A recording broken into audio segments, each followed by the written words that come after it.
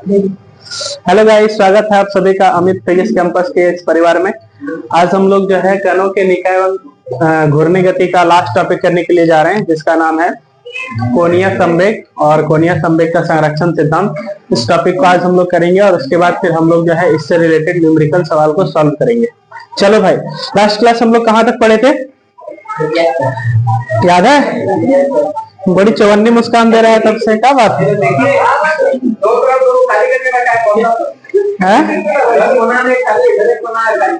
अच्छा, उसमें हवा आ रहा है नहीं? हो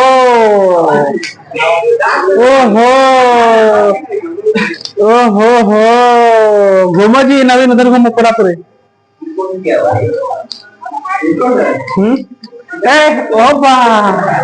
क्यों घूम नहीं? घूम घूम घूम घूम घूम घूम।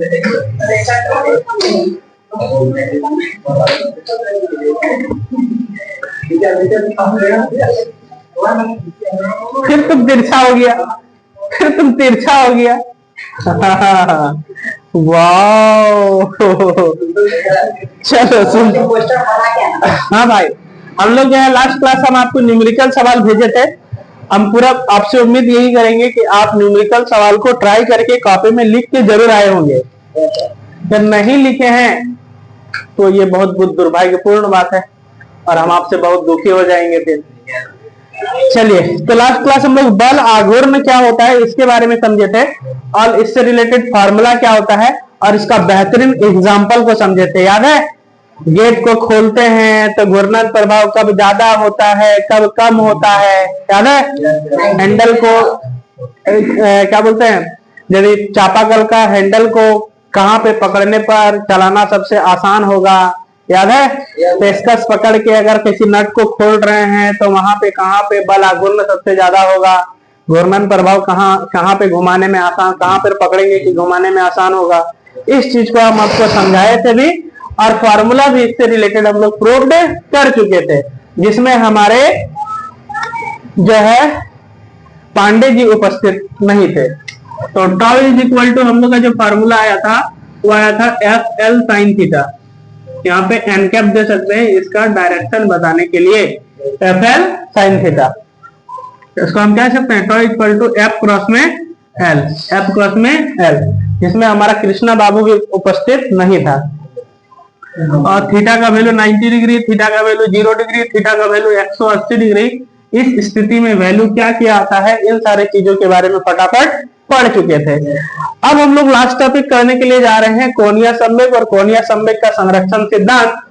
इसको करेंगे और उसके बाद फिर हम लोग नोट में कुछ कुछ पॉइंट लिखेंगे, कुछ कुछ संबंध है उस चीज को समझेंगे और उसके बाद फिर हम लोग जो है इसका न्यूमेरिकल सवाल करेंगे, तब हमारा ये चैप्टर ओवरऑल मिला के खत्म हो जाएगा। ठीक है, चलिए शुरुआत किए थे हम लोग। बात मत कीजिए प्लीज, काइंडली रिक्वेस्ट है आपसे, बस आराम से बैठ जाइए और दिमाग लगा के सुनिए ताकि आपको हर एक चीज क्लियर हो सके और आपको जो है आराम से आप इससे रिलेटेड सवाल सॉल्व कर सके।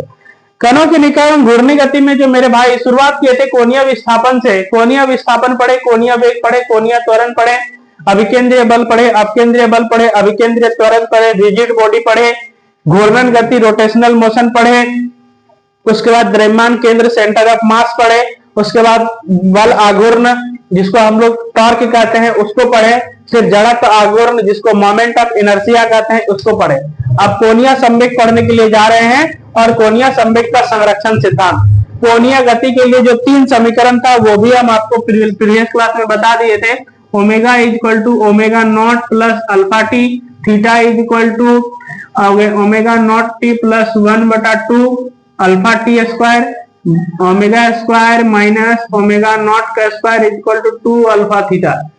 ये तीनों समीकरण जो हम लोग देख चुके थे। कृपया फोन यूज ना करें छुप छुप के, बाद में रिप्लाई दे दीजिएगा तो आपका काम चल जाएगा, लेकिन ये क्लास पार हो जाने के बाद आपको समझ में नहीं आएगा।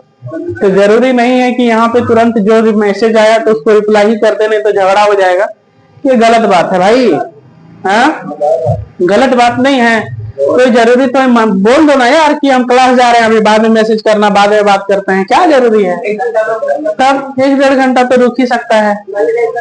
हंस दिया, पार कर दिया, जरूरी थोड़ी है तुरंत सब कुछ इंस्टेंट, तब तो ये फील होगा ना कि ये तो बेगारी है एकदम, ये तो बेगारी है, इससे बड़ा तो खराब इंसान है नहीं है। दूसरे को ऐसा फील करवा कि हम बहुत बिजी इंसान हैं, हमारे पास टाइम ही नहीं है, अरे 5 मिनट दे रहे हैं, तुम बहुत भाग्यशाली हो। सीधा बायोलॉजी तो जो है शुरू कर दिया क्या? तो फोन यूज मत करिए, फोन को रखिए अपने पास। चलिए, तो हम लोग अब कोनिया संवेग के बारे में पढ़ते हैं। चलिए, इससे रिलेटेड अगर किन्हीं को कुछ जानकारी है तो कृपया साझा कर लीजिए। तत्पश्चात हम लोग शुरू करते हैं इस टॉपिक को। परम विश्वास है मोदी जी जरूर इस टॉपिक के बारे में कुछ बताएंगे। मोदी जी के अलावा हमको किसी दूसरे पे भरोसा ही नहीं है। चलिए मोदी जी शुरू कीजिए, डोंट बी लेट। हो पाएगा? नहीं हो पाएगा क्या जी? बारात जाने वाला बाराती इंसान बताओ, राज रवीन बाबू बता पाएगा? बता पाएगा? Hello Krishna, hello hello hello Krishna बाबू, हेलो बताओ। हेलो किसकू जी, hello Pandey ji, something something everything is nothing. हाँ फोन में एकदम सब मिनट में एक बार जरूर देखिएगा, एक बार लॉक खोलेगा, एक बार स्क्रॉल करेगा, एक बार आया यानी कि मैसेज तो फिर करेगा, मतलब जरूर देखने करेगा फोन को। 1 मिनट में यदि एक बार नहीं देखा तो नींद नहीं आएगा। सो कैसे जाता है तुम लोग से भगवान जाने, कैसे तुम लोग का नींद हो जाता है। चलो जी बताओ रफी, फिर तुम घूम गया जी, फिर तुम घूम, अरे घूमो ना, क्यों तुम खचरा लड़का है जी। बोलो जी रफीक बाबू, कोनिया संवेग क्या होता है? हेलो नथिंग, बताओ भाई रेहान भाई।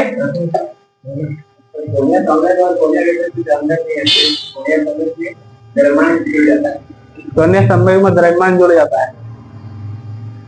परवीन बोल रहे हैं তুই কথা পড়লি আমি তো তোর সঙ্গেই আছি, তখন পড়ে তুই বলে দিলি।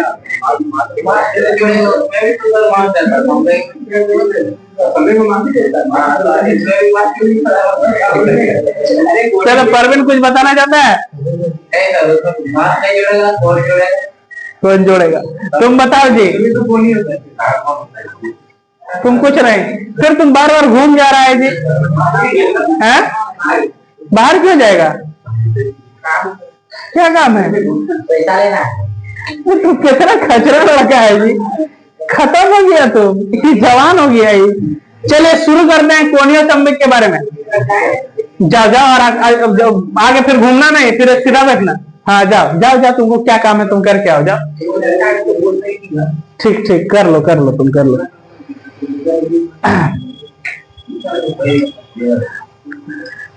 रेखीय संवेग का नाम सुना है जीवन में? संवेग के बारे में कभी पढ़ा है आज तक? नाम सुना है कबो? हाँ, एक होता है रेखीय संवेग और दूसरा होता है कोणीय संवेग। एक होता है रेखीय संवेग और दूसरा क्या होता है? कोणीय संवेग। देखियो भाई ध्यान से सुनो, जो नहीं सुना उसका माउस पार हो गया। देखिए रेखीय संवेग को हमेशा P से सूचित करते हैं। किस से? P से। और कोणीय संवेग को हमेशा L से सूचित करते हैं। किस से? L से। देखिए रेखीय संवेग का मतलब होता है कि इस ब्रह्मांड में अगर कोई वस्तु है और वो गति कर रहा है, मतलब उसके पास कुछ ना कुछ वेग है, तो द्रव्यमान को और वेग को गुना कीजिए तो हमको संवेग मिलता है। तो किसी पिंड का द्रव्यमान तथा वेग का गुणनफल क्या कहलाता है? T बराबर m इंटू भी। बोल दीजिए, फॉर्मूला नहीं देखे हैं? P is equal to m into, देखे कि नहीं? द्रव्यमान गुना वेग का गुणनफल क्या कहलाता है? संवेग। द्रव्यमान और वेग का गुणनफल क्या कहलाता है? अब यहाँ पे हमारा कोणीय संवेग है। हमारा क्या है? कोणीय संवेग। कोणीय संवेग का मतलब क्या होता है, इस चीज को समझिए। कोणीय संवेग का मतलब होता है कि हमारे पास एक वृत्ताकार पथ है, मान लेते हैं हमारे पास क्या है, एक वृत्ताकार पथ है, और इस पथ पर कोई कण, मान लेते हैं कण ए, वृत्त की परिधि मतलब वृत्त की परिधि के बराबर चक्कर लगाता है, या फिर मान लेते हैं कि इस पथ पर ये चक्कर लगाता है। कण ए जो है कहां पर, कण ए जो है वो वृत्त के पथ पर क्या लगाता है, वृत्ताकार पथ पर चक्कर लगाता है। अब मान लेते हैं पॉइंट ए से ये पॉइंट बी तक आया, पॉइंट ए से कहां तक आया, पॉइंट बी तक। वृत्त का केंद्र यहां O है, और O से A तक की दूरी मान लेते हैं R है। O से A तक की दूरी क्या है, R है। इसको क्या कहते हैं, R को त्रिज्या। R को क्या कहते हैं, त्रिज्या। देखिए भैया, अगर कोई वृत्ताकार पथ पर कोई पिंड गति कर रहा है तो उसमें दो प्रकार का गति हो रहा है। अगर कोई पिंड वृत्ताकार पथ पर गति कर रहा है तो उसके पास दो प्रकार का गति होगा। कैसे सर? देखिए, यहां से यहां तक जो गति हुआ ए से बी तक, उसको हम लोग कहेंगे रेखीय गति। क्या कहेंगे? और यहां से यहां पॉइंट पी से पॉइंट क्यू तक में जो गति हुआ उसको क्या कहेंगे, कोणीय गति। पॉइंट पी से पॉइंट क्यू तक जो गति हुआ उसको क्या कहेंगे, और पॉइंट ए से पॉइंट बी के बीच जो गति हुआ उसको क्या कहेंगे, रेखीय गति। अब देखिए, मान लेते हैं ये पॉइंट ए से पॉइंट बी अगर कोई पिंड गति करता है तो पिंड गति कर रहा होगा मतलब उसके पास द्रव्यमान होगा और उसके पास वेग भी होगा। द्रव्यमान भी होगा और क्या होगा, अगर उसके पास द्रव्यमान भी होगा और वो वेग भी होगा तो उसको क्या कहेंगे, क्या कहेंगे, द्रव्यमान भी होगा और वेग भी होगा तो क्या कहेंगे उसको, उसके पास संवेग होगा। उसके पास क्या होगा, संवेग। द्रव्यमान भी होगा और वेग होगा तो उसके पास क्या होगा। और घूर्णन अक्ष से इसकी दूरी क्या है, r है। घूर्णन अक्ष से दूरी क्या है, हर एक स्थिति पर क्या होगा, r ही दूरी होगा। हर एक स्थिति पर दूरी क्या होगा, r ही होगा। तो L बराबर हो जाता है r गुना में p। L बराबर क्या होता है, r गुना में p। मतलब सर कोणीय संवेग को परिभाषित करें, कैसे करेंगे, तो कोणीय संवेग को परिभाषित करना एकदम आसान है। यदि कोई पिंड किसी वृत्ताकार पथ पर घूम रहा है या फिर गति कर रहा है तो उस पिंड का रेखीय संवेग तथा घूर्णन अक्ष से पिंड की दूरी का गुणनफल क्या कहलाता है, कोणीय संवेग। इसको किससे रिप्रेजेंट करते हैं, L से। तो L बराबर क्या हो जाएगा, R गुना में P। L बराबर क्या हो जाएगा, R गुना में P। तो घूर्णन अक्ष को, घूर्णन कोणीय संवेग को परिभाषित करना आसान है कि नहीं, कोणीय संवेग को परिभाषित करना बिल्कुल आसान है। बोले कैसे सर, यदि कोई पिंड किसी वृत्ताकार पथ पर चक्कर लगा रहा है तो उस पिंड का रेखीय संवेग तथा घूर्णन अक्ष से उस पिंड की दूरी का गुणनफल क्या कहलाता है, कोणीय संवेग। कोणीय संवेग पढ़ेंगे कि नहीं, अब देखिए, हम लोग संवेग संरक्षण का सिद्धांत भी पढ़े हैं, लेकिन हमको पूरा भरोसा होगा कि किसी को याद नहीं है। हमको पूरा भरोसा है कि रेखीय संवेग संरक्षण का सिद्धांत आप पढ़े हैं, लेकिन हमको पूरा भरोसा है कि आपको याद नहीं है। थैंक यू सर, रोड में घसीटेंगे। चलो बताओ, रेखीय संवेग का संरक्षण सिद्धांत क्या कहता है।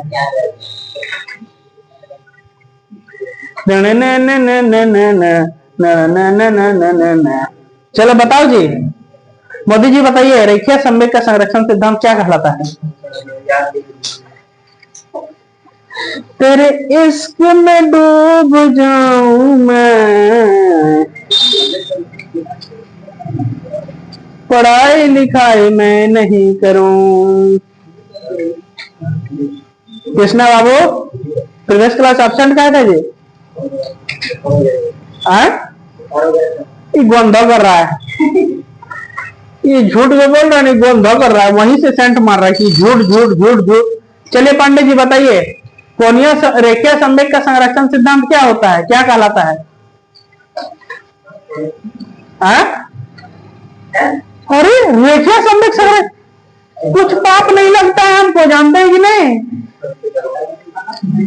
बोलता है रेखीय संवेग का संरक्षण सिद्धांत पढ़े नहीं किए हैं, तो एग्जाम में तो हमको एग्जाम हॉल में बैठ कर खाली गालियां देगा, बोलेगा इहो नहीं पढ़ाया है, यहो नहीं पढ़ाया, यहो नहीं पढ़ाया, कुछ नहीं पढ़ाया है, जा। सोचो, बहुत डेंजर इंसान है तुम जी, बहुत खतरनाक डेंजर है तुम, बहुत खतरनाक डेंजर है। चलो बताओ रेहान, बोलो रफीक।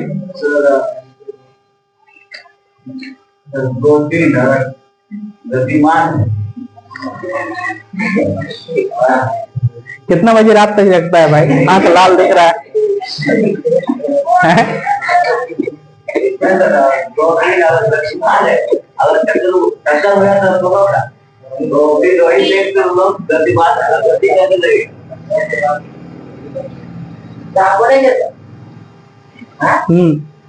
मान लीजिए दो पिंड है, एक ही दिशा में गति कर रहा है, लेकिन हो गया जी। चलो शुरू करते हैं।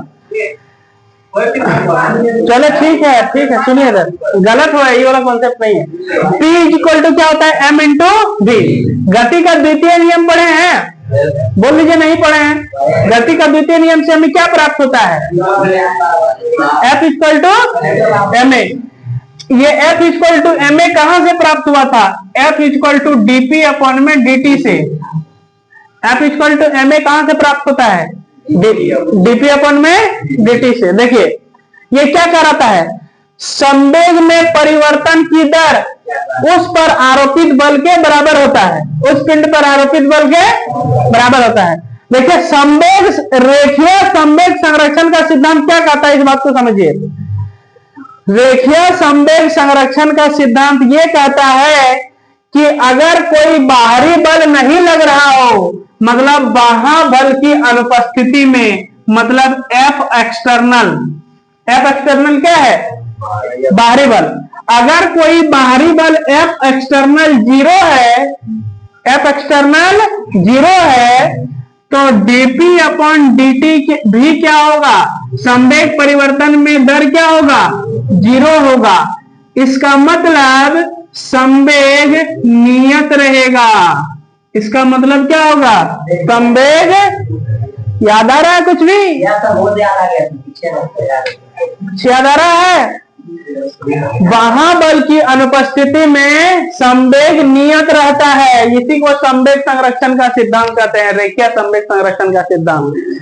बाहरी बल, ये तो संघट्ट वाला तुम कॉन्सेप्ट बता रहा है, कोलिजन वाला। एक विमीय प्रत्यास्थ टकराएगा तो फिर वो आपस में जुड़ेगा, फिर वो उसी दिशा में गति करने लगेगा, वो एक विमीय प्रत्यास्थ टक्कर या फिर एक विमीय संवेग संरक्षण।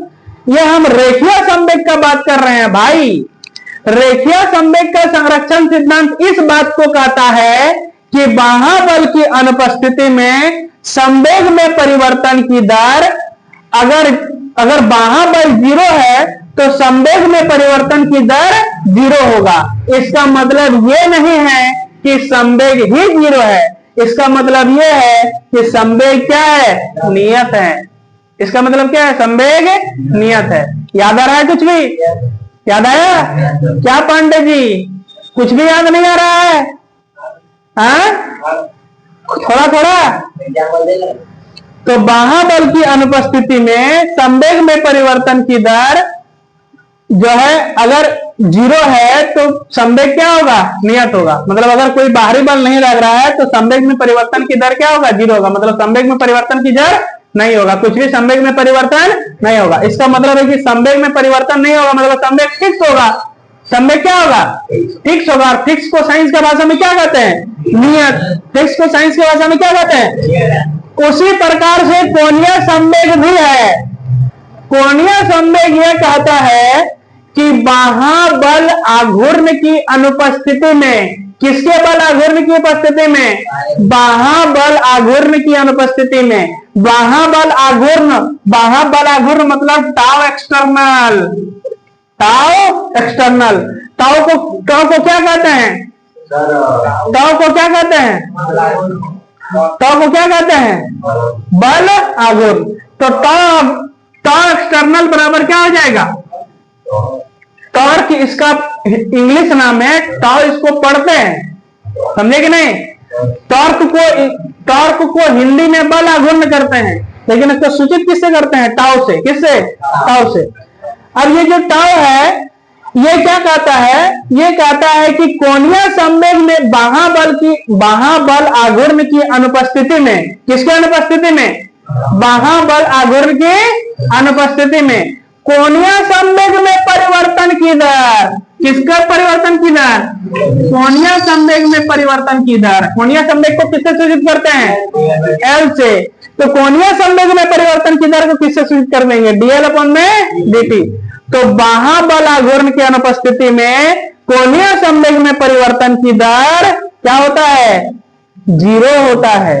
लेकिन संवेग क्या रहता है? नियत रहता है। कोणीय संवेग क्या रहता है? मतलब अगर टाउ एक्सटर्नल 0 है, तो एक्सटर्नल क्या है? 0 है, तो इसका मतलब है कि डीएल अपन में dt क्या होगा?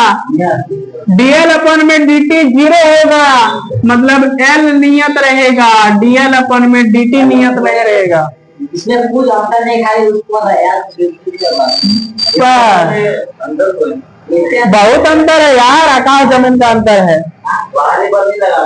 वहां बल, यहाँ बल लग रहा है, यहाँ बल आघूर्ण लग रहा है ना, अलग एग्जाम्पल होगा इसमें। चलिए तो देखिए, इसका मतलब है कि अगर महाबल आघूर्ण की अनुपस्थिति में, अगर महाबल आघूर्ण 0 है, तो इसका कोणीय संवेग में परिवर्तन की दर क्या होगा? 0 होगा। कोणीय संवेग में परिवर्तन की दर 0 होगा। इसका मतलब है कि कोणीय संवेग क्या रहेगा? कोणीय संवेग में परिवर्तन की दर 0 होगा। कोणीय संवेग में परिवर्तन की दर 0 होगा, मतलब कोणीय संवेग में कोई परिवर्तन नहीं होगा। कोणीय संवेग में कोई परिवर्तन नहीं हो रहा है, इसका मतलब फिक्स है। इसका मतलब क्या है? फिक्स है। फिक्स को क्या बोलते हैं साइंस भाषा में? नियत। तो एल बराबर क्या है? नियत है। जैसे तुम 5 फीट का है, तुम बौना है, और तुम न बढ़ रहा है न घट रहा है, तो तुम फिक्स है। तुम्हारा लंबाई क्या है? फिक्स है। तुम्हारा लंबाई में कोई परिवर्तन नहीं है, मतलब लंबाई क्या है? फिक्स है। लंबाई क्या है? लंबाई में परिवर्तन 0 है, लेकिन लंबाई फिक्स है। समझा कि नहीं? कोणीय संवेग में परिवर्तन 0 है, इसका मतलब कोणीय संवेग 0 नहीं है, कोणीय संवेग फिक्स है। समझा कि नहीं? ये कॉन्सेप्ट है, समझा? तो इसको लिखते हैं फटाक से, कोणीय संवेग को और कोणीय संवेग का संरक्षण सिद्धांत, और उसके बाद फिर हम लोग इससे रिलेटेड नोट में कुछ पॉइंट लिखेंगे, फिर हम लोग न्यूमेरिकल सवाल में आएंगे, है ना? लिखिए, कोणीय संवेग लिख के डाल दीजिए।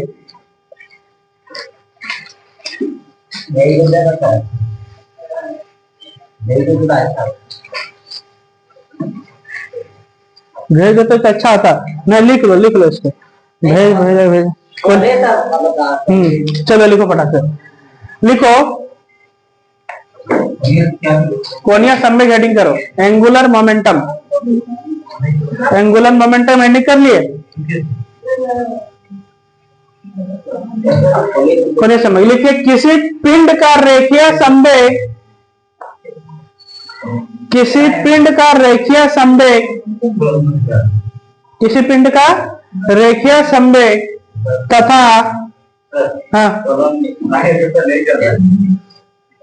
2 में से एक भी कलम नहीं चल रहा है। जब तुम खुद ही धोखेबाज है तो तेरे को कलम धोखेबाज में धोखा नहीं देगा भाई। तुम बहुतों को रुलाया है जी, तुम बहुतों को रुलाया है। चलो रेखीय संवेग, कोणीय संवेग लिखो, किसी पिंड का रेखीय संवेग, कोणीय संवेग लिख के डैश दो, एंगुलर मोमेंटम लिख के डैश दो, और डैश देके लिखो। देखो किसी पिंड का रेखीय संवेग तथा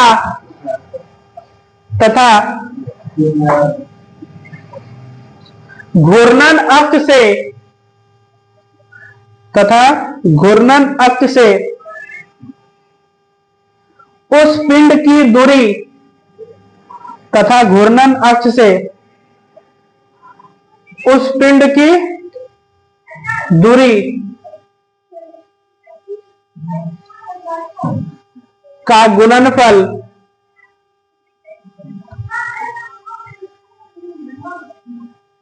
गुणनफल कोणीय संवेग कहलाता है।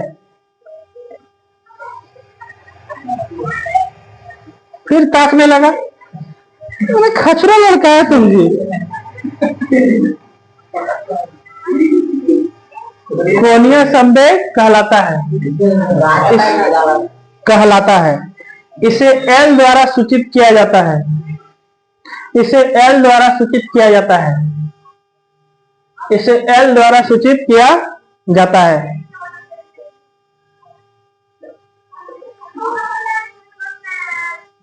नीचे लिखो L बराबर R क्रॉस में P, R गुना में P। नीचे में लिखो L बराबर R गुना में P। लिखो जहां L बराबर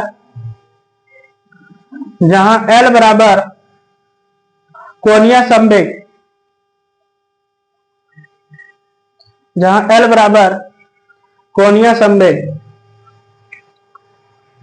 R बराबर